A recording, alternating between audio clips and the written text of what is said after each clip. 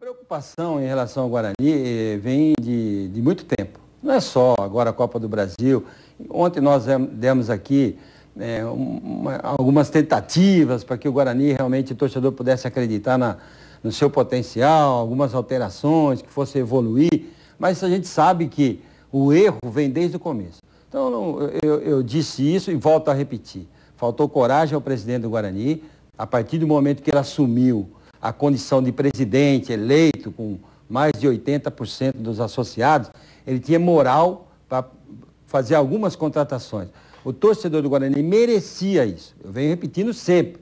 Então o reflexo é agora. Então a gente culpa o Roberto Valdavino, culpa não sei quem, mas o presidente também é culpado. Ele teria que ter uma atitude que fosse de encontro àquilo que o torcedor do Guarani estava esperando. O Guarani não é pequeno. Ontem a Chapecoense, uma entrevista, uma reportagem, nós ganhamos do Guarani, campeão brasileiro. Então o Guarani, independente de tudo que vem acontecendo na sua história, nesses últimos anos, ele é respeitado no Brasil. Será que ninguém vê isso, ninguém imagina isso? Então vamos disputar um campeonato paulista. Você tem uma base, então só vou citar aqui, Buzeto, Danilo Silva, que estava voltando, Xandão, Lino, Macaé, Gustavo. Pronto. Agora você tem a garotada, você tem Thales, você tem Assunção, você tem Dimas, e você tem Lucas, Vitor Rossini, uma outra base das categorias de base do Guarani. Quer dizer, contrata 4, 5 jogadores de nível. Eu sei que vai falar, você quer contratar jogador de quem? Do Corinthians, os melhores do Corinthians, os melhores do... Não! Jogadores que venham, que os torcedores do Guarani pelo menos conheçam. Depois fala, não conhece jogadores.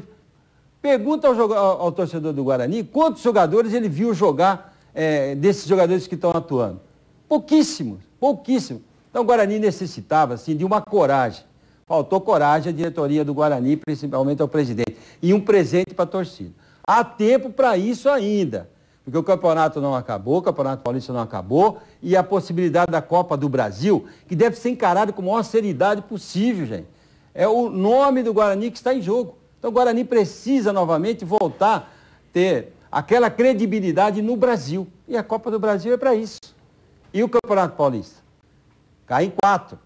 Campeonato Paulista, Batista, só para não terminar. Essa agora vai entrar na segunda fase do campeonato que eu considero. A mais difícil. A primeira fase, 50%. Tá? É a 9ª rodada. Depois daí em diante, quem tem capacidade vai brigar pela classificação. E quem não tem, vai brigar pelo rebaixamento. E se você olhar para baixo, olha, é complicado.